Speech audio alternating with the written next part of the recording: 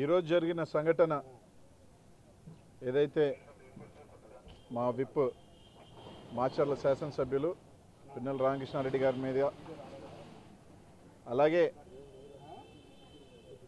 ఇంకో శాసనసభ్యులు అనిల్ గారి మీద జరిగిన దాడి ఈరోజు చంద్రబాబు నాయుడు దిగజారుడుతనం ఈరోజు ప్రతిపక్ష నాయకుడు పాత్ర కూడా సరిగ్గా పోషించలేక విచక్షణ కోల్పోయి ఈరోజు ఏదో విధంగా ఈ రాష్ట్రంలో హింసను రెచ్చగొట్టి ఈరోజు అక్కడక్కడ దాడులు చేయించి ఈరోజు రాష్ట్రంలో ఒక అశాంతిని తీసుకురావాలని ప్రయత్నం చేస్తున్న ఏదైతే నాకు 40 సంవత్సరాల అనుభవం ఈ 40 సంవత్సరాల అనుభవం చెప్పుకుంటున్న చంద్రబాబు నాయుడు గారు ఈరోజు చేస్తున్న దాడి నిజంగానే ఈ రాష్ట్ర ప్రజలందరూ కూడా చూస్తూ ఉన్నారు. ఈరోజు ఒకటి చెప్తా ఉన్నాం, మాటకు వస్తే మా ముఖ్యమంత్రి గారి మీద మాట్లాడుతూ ఉంటారు, వీళ్ళ రాయలసీమ ఫ్యాక్షనిజము కడప ఫ్యాక్షనిజం మాట్లాడుతూ ఉంటారు. ఈరోజు ఒకటి అడుగుతున్నాం, గత 10 సంవత్సరాల్లో వైఎస్ఆర్ కాంగ్రెస్ పార్టీ ఏర్పడిన రోజు నుంచి ఈరోజు దాకా చూస్తే ఎన్నో సంఘటనలు జరిగినాయి. జగన్మోహన్ రెడ్డి గారి మీద సిబిఐ కేసులు వేసినప్పుడు కానీ జగన్మోహన్ ముఖ్యమంత్రి గారి మీద గతంలో అప్పట్లో ఏదైతే అరెస్ట్ చేసినప్పుడు కానీ దాదాపు 16 నెలలు జైల్లో పెట్టినప్పుడు కానీ ఎన్ని జరిగినప్పటికీ కూడా మా నాయకుడు చూపిన బాటలో ప్రతి ఒక్క కార్యకర్త కానీ ప్రతి ఒక్క అభిమాని కానీ ఎక్కడా కూడా ఈ రాష్ట్రంలో ఒక చిన్న దాడికి పాల్పడిన సంఘటన ఒక్కటి కూడా, ఆఖరికి జగన్మోహన్ రెడ్డి గారి మీద ఒక హత్యా ప్రయత్నం కూడా చేసినప్పటికీ కూడా ఈ రాష్ట్రంలో ప్రతి ఒక్క కార్యకర్త ప్రతి ఒక్క జగనన్న అభిమాని అందరం కూడా సంయమనంతో ఉన్నామే తప్ప ఎక్కడా కూడా మేము దాడులు చేసింది లేదు. మాకు చేత కాక కాదు, మా నాయకుడు ఒక పద్ధతితో ఏదైతే మేము ఈరోజు అందరం కూడా ఒక లీడర్ని చూసి ప్రతి ఒక్కరం కూడా ఫాలో అయ్యి ఈరోజు 10 సంవత్సరాల పాటు 5 సంవత్సరాలు అప్పుడు కానీ తర్వాత 5 సంవత్సరాలు ప్రతిపక్ష నాయకుడిగా కూడా 10 సంవత్సరాలు ఒక చిన్న హింస లేకుండా ఈరోజు ముందుకు నడిపాడు మా నాయకుడు. కానీ ఈరోజు అధికారం పోయి పట్టుమని 6 నెలలు కాల, ఆఖరికి ప్రపంచ నాయకుడిని నేనంతా ఆషామాషి నాయకుడిని కాదని చెప్పుకుని చంద్రబాబు నాయుడు గారు ఆఖరికి గల్లీ స్థాయికి దిగజారిపోయాడు, ఒక మండల స్థాయికి దిగజారిపోయి ఈరోజు దాడి చేయించడం నిజంగానే సిగ్గుచేటు. ఈరోజు ఒకటి అడుగుతా ఉన్నాం, మేము చేయక కాదు చేయలేక కాదు, ఈరోజు మేము కానీ కన్నెర్ర చేస్తే మేము కానీ దాడులు మొదలు పెడితే చంద్రబాబు నాయుడు గారు కదా ఒక్క తెలుగుదేశం పార్టీ నాయకుడు కార్యకర్తలు కూడా తిరగలేని పరిస్థితి.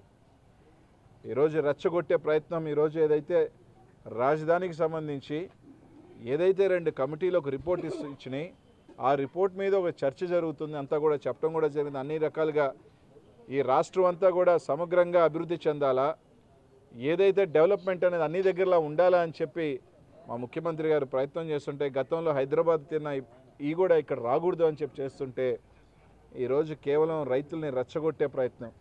ఈరోజు ఒకటి చెప్తా ఉన్నాం, చంద్రబాబు నాయుడు గారు రైతాంగాన్ని కూడా మేము ఒకటి అడుగుతున్నాం, చంద్రబాబు నాయుడు గారు కేవలం తన రాజకీయం కోసం ఎంత నీచానికైనా దిగజారుతాడు. దయచేసి చంద్రబాబు నాయుడు గారిని మాయలో పడద్దని చెప్తాను. ఖచ్చితంగా జగన్మోహన్ రెడ్డి గారు రైతాంగాన్ని ఆదుకుంటాడు, ఖచ్చితంగా ఈ ప్రాంత వాసులు అందరూ కూడా అన్ని రకాలుగా కూడా న్యాయం చేస్తాడే తప్ప ఎవరికి కూడా అన్యాయం చేయడం మా ముఖ్యమంత్రి గారు అని చెప్పి తెలియజేస్తూ ఉన్నాం. ఈరోజు ఒకటి చెప్తాను, ఈరోజు జరిగిన దాడి ఏదో అక్కడక్కడ మీరు 100 మందిని పెట్టుకొని 20 దాడులు చేస్తే మేమేదో భయపడిపోతాం, మేమేదో వణికిపోతాం. ఈరోజు ఒకటి చెప్తా ఉన్నాం, మేము అనుకుంటే నువ్వు కాదు నీ కొడుకు కానీ ఎవడో కూడా ఇక్కడ తిరిగే ప్రసక్తి లేదు.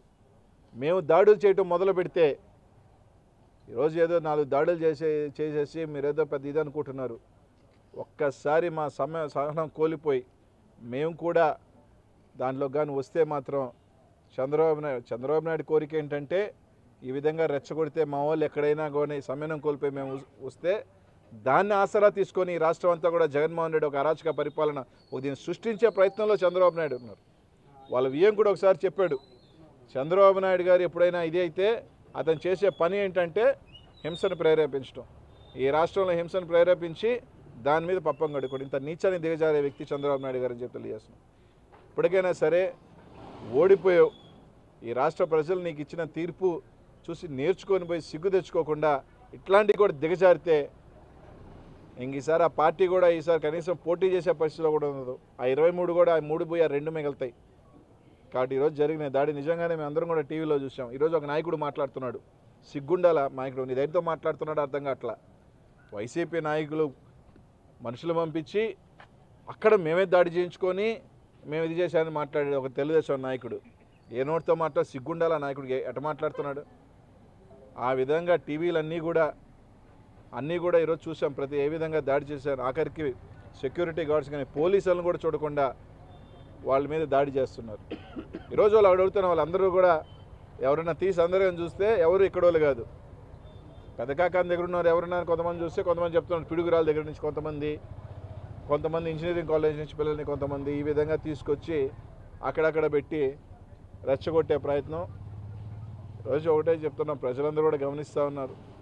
ఈరోజు అందరం కూడా మా ముఖ్యమంత్రి ఒక పరిపాలనలో ఒక సంక్షేమంతో ఈరోజు ముందుకు వెళ్తూ ఉన్నాం. ఖచ్చితంగా ఇట్లాంటివి కానీ దిగితే మాత్రం సహిస్తామనుకోని ఏదో కామ్గా ఉంటాం, మీరు రెచ్చగొడితే చూస్తూ ఊరుకుంటాం అనుకుంటే మాత్రం మంచి పద్ధతి కాదని చెప్పి దయచేసి రాష్ట్ర ప్రజలు అర్థం చేసుకుంటారు. ముఖ్యంగా ఈ ప్రాంత ప్రజలు దయచేసి అర్థం చేసుకోండి. తన రాజకీయ దీనికోసం ఎంతకైనా ఏ స్థాయికైనా దిగజారే వ్యక్తి చంద్రబాబు నాయుడు గారు. అవసరమైతే కాళ్ళు అందకపోతే జిట్టు అన్నట్టుగా ఏ స్థాయికైనా దిగజారిపోయే వ్యక్తి చంద్రబాబు నాయుడు గారు. దయచేసి మీరు అందరూ కూడా జగనన్న ఖచ్చితంగా ఈ ప్రాంతానికి తప్పకుండా అన్ని ప్రాంతాలకు సంబంధించి సమగ్ర అభివృద్ధి ఏదైతే రిపోర్ట్స్ వచ్చిన తర్వాత ఖచ్చితంగా దాని మీద ఒక కమిటీ కూడా వేశారు. దాని మీద ఖచ్చితంగా చర్చ చేసి మళ్ళీ అసెంబ్లీలో కూడా చర్చ జరుగుతుంది. దయచేసి మీరు అందరూ కూడా ఇది ఉండాలని చెప్పి తెలియజేస్తూ ఉన్నాం. ఇక్కడికి రావటం, రెచ్చగొట్టడం, పోవటం, వెళ్ళటం అంటే రెచ్చగొట్టే పనిలో ఉన్నారు తప్ప కనీసం ఒక మంచి చేయాలన్న ఒక ఆలోచన ఏ కోసానా వీళ్ళకి లేదు. ఇట్లాంటి దాడులు కానీ చేస్తే మాత్రం చూస్తూ ఊరుకునే ప్రసక్తే లేదని చెప్పి తెలియజేస్తున్నాం. చంద్రబాబు నాయుడు గారికి ఖచ్చితంగా చెప్తా ఉన్నాం, ఈరోజు ఈ రాష్ట్ర ప్రజలందరూ కూడా చూస్తున్నారు హింస ఎవరు చేస్తున్నారు, హింసని ఎవరు ప్రేరేపిస్తున్నారు. ఈ రాష్ట్ర ప్రజలందరూ కూడా మాటకు వస్తే చెప్పే అందరూ కూడా తెలుసు. ఖచ్చితంగా దీనికి సంబంధించి పోలీసులు కూడా అందరూ కూడా ఎవరెవరు దీంట్లోనే అందరూ కూడా దానికి సంబంధించి అన్ని కూడా యాక్షన్ కూడా తీసుకుంటారు. తప్పకుండా ఇదే విధంగా కానీ పోతే మాత్రం చూస్తూ ఊరుకునే ప్రసక్తి లేదని తెలియజేస్తున్నాం.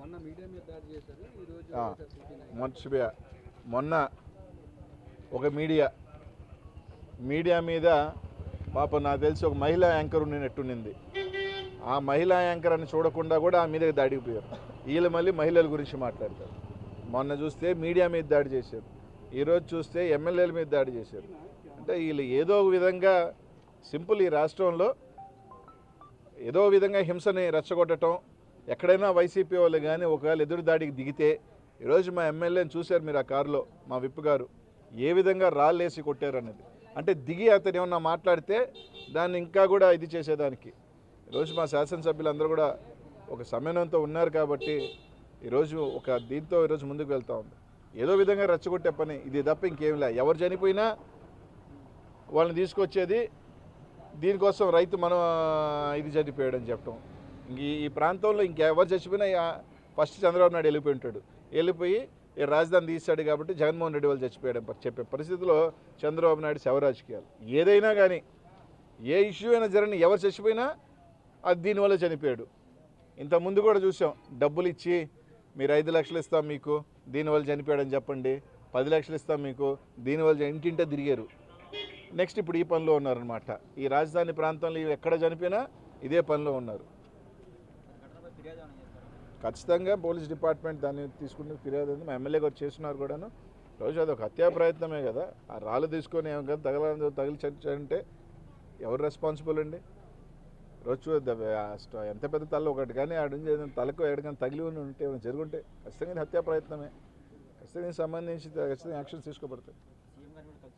ఖచ్చితంగా ఈరోజు డీజీపీ గారు కూడా దాని మీద రెస్పాండ్ అవుతూ ఉన్నారు. సీఎం గారు కూడా దాన్ని మొత్తం తెలుసుకున్నారు. ఇద్దరు ఎమ్మెల్యేలు కూడా కలిశారు. దాని మీద కూడా ఖచ్చితంగా దాని మీద అయితే మాత్రం ఎవరిని వదిలే ప్రసక్తి లేదు.